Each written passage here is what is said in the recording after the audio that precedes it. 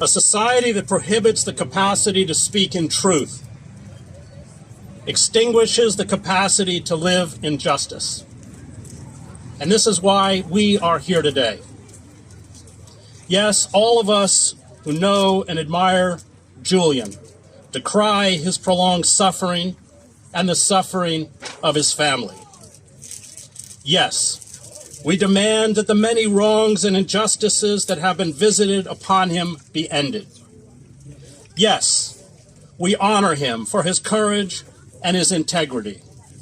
But the battle for Julian's liberty has always been much more than the persecution of a publisher. It is the most important battle for press freedom of our era. And if we lose this battle, it will be devastating not only for Julian and his family, but for us. Tyrannies invert the rule of law. They turn the law into an instrument of injustice. They cloak their crimes in a faux legality. They use the decorum of the courts and trials to mask their criminality. Those such as Julian who expose that criminality to the public are dangerous. For without the pretext of legitimacy, the tyranny loses credibility and has nothing left in its arsenal but fear, coercion, and violence. The long campaign against Julian and WikiLeaks is a window into the collapse of the rule of law. The rise of what the political philosopher Sheldon Wolin calls our system of inverted totalitarianism, a form of totalitarianism that maintains the fictions of the old capitalist democracy, including its institutions, iconography, patriotic symbols, and rhetoric, but internally has surrendered total control to the dictates of global corporations. I was in the London courtroom with Julian when he was being tried by Judge Vanessa Baretzer, an updated version of the Queen of Hearts in Alice in Wonderland, demanding the sentence before pronouncing the verdict. It was judicial farce. There was no legal basis to hold Julian in prison. There was no legal basis to try him, an Australian citizen under the U.S. Espionage Act. The CIA spied on Julian in the embassy through a Spanish company, UC Global, contracted to provide embassy security. This spying included recording the privileged conversations between Julian and his lawyers as they discussed his defense. This fact alone invalidated the trial. Julian is being held in this high-security prison so the state can, as Niels Melzer, the UN Special Rapporteur on Torture, has testified, continue the degrading abuse, and torture it hopes will lead to his psychological, if not physical, disintegration. The U.S. government directed, as my friend Craig Murray so eloquently documented, the London prosecutor, James Lewis. Lewis presented these directives to Baretzer. Baretzer adopted them as her legal decision. It was judicial pantomime. Lewis and the judge insisted they were not attempting to criminalize journalists and muzzle the press while they busily set up the legal framework to criminalize journalists and muzzle the press. And that is why the court worked so hard to mask the proceedings from the public, limiting access to the courtroom to a handful of observers and making it hard and at times impossible to access the trial online. It was a tawdry show trial, not an example of the best of English jurisprudence, but the Lubyanka. Now, I know many of you here today like to think of themselves as radicals, maybe even revolutionaries. But what we are demanding on the political spectrum is, in fact, conservative. It is the restoration of the rule of law. It is simple and basic. It should not, in a functioning democracy, be incendiary. But living in truth in a despotic system is the supreme act of defiance. This truth terrifies those in power. The architects of imperialism, the masters of war, the corporate-controlled legislative, judicial, and executive branches of government and their obsequious courtiers in the media are illegitimate. Say this simple truth, and you are banished, as many of us have been, to the margins of the media landscape.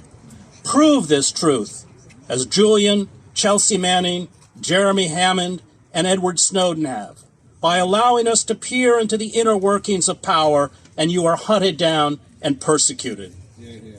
Shortly after WikiLeaks released the Iraq war logs in October 2010, which documented numerous U.S. war crimes, including video images of the gunning down of 2 Reuters journalists and 10 other unarmed civilians in the collateral murder video, the routine torture of Iraqi prisoners, the covering up of thousands of civilian deaths, and the killing of nearly 700 civilians that had approached too closely to the U.S. checkpoints, the towering civil rights attorney, Len Winegrass, and my good friend Michael Ratner, who I would later accompany to meet Julian in the Ecuadorian embassy, met with Julian in a studio apartment in central London. Julian's personal bank cards had been blocked. 3 encrypted laptops with documents detailing U.S. war crimes had disappeared from his luggage en route to London. Swedish police were fabricating a case against him in a move Michael Ratner warned that was about extraditing Julian to the United States. WikiLeaks and you personally are facing a battle that is both legal and political, Weinglass told Julian. As we learned in the Pentagon Papers case, the U.S. government doesn't like the truth coming out, and it doesn't like to be humiliated, no matter if it's Nixon or Bush or Obama, Republican or Democrat in the White House. The U.S. government will try to stop you from publishing its ugly secrets, and if they have to destroy you in the First Amendment and the rights of publishers with you, they are willing to do it. We believe they are going to come after WikiLeaks and you, Julian, as the publisher. Come after me? For what? Asked Julian. Espionage, Weinglass continued. They're going to charge Bradley Manning with treason under the Espionage Act of 1917. We don't think it applies to him because he's a whistleblower, not a spy. And we don't think it applies to you either because you are a publisher. But they are going to try to force Manning into implicating you as his collaborator. And that is the question. They came after Julian not for his vices, but for his virtues. They came after Julian because he exposed the more than 15,000 unreported deaths of Iraqi civilians, because he exposed the torture and abuse of some 800 men and boys aged between 14 and 89 at Guantanamo, because he exposed that Hillary Clinton in 2009 ordered U.S. diplomats to spy on UN Secretary General Ban Ki-moon and other UN representatives from China, France, Russia, and the UK. Spying that included obtaining DNA, iris scans, fingerprints, and personal passwords, part of the long pattern of illegal surveillance that included the eavesdropping on UN Secretary General Kofi Annan in the weeks before the U.S.-led invasion of Iraq in 2003. Because he exposed that Barack Obama, Hillary Clinton, and the CIA orchestrated the June 2009 military coup in Honduras that overthrew the democratically elected president Manuel Zelaya, replacing it with a murderous and corrupt military regime. Because he exposed that George W. Bush, Barack Obama, and General David Petraeus prosecuted a war in Iraq that under post-Nuremberg laws is defined as a criminal war of aggression, a war crime, and that they authorized hundreds of targeted assassinations, including those of U.S. citizens in Yemen, and that they secretly launched missile, bomb, and drone attacks on Yemen, killing scores of civilians. Because he exposed that Goldman Sachs paid Hillary Clinton $657,000 to give talks, a sum so large it can only be considered a bribe, and that she privately assured corporate leaders she would do their bidding while promising the public financial regulation and reform. Because he exposed the internal campaign to discredit and destroy the British Labour Party leader Jeremy Corbyn by members of his own party. Because he exposed how the hacking tools used by the CIA and the National Security Agency permits the wholesale government surveillance of our televisions, computers, and smartphones, and antivirus software, allowing the government to record and store our conversations, images, and private text messages, even from encrypted apps. Julian exposed the truth. He exposed it over and over and over until there was no question of the endemic illegality, corruption, and mendacity that defines the global ruling elite. And for these truths, they came after Julian, as they had come after all who dared rip back the veil on power. Red Rosa now is vanished too, Bertolt Brecht wrote after the German socialist Rosa Luxemburg was murdered. She told the poor what life is about, and so the rich have rubbed her out.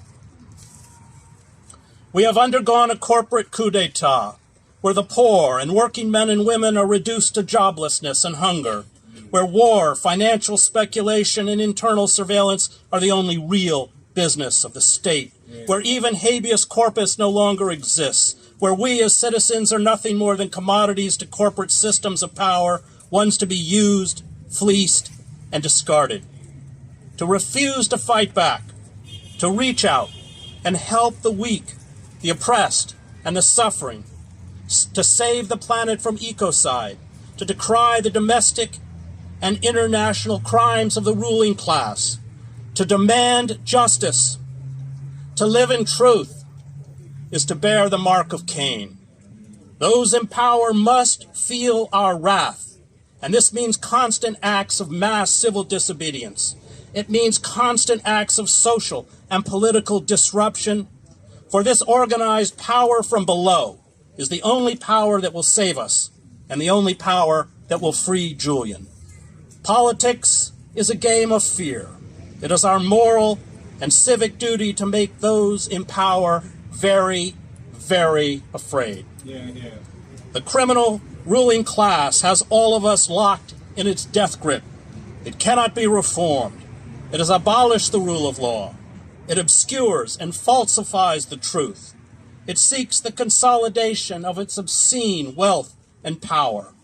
And so, to quote the Queen of Hearts, metaphorically, of course, I say, off with their heads. Yes. Hear, hear.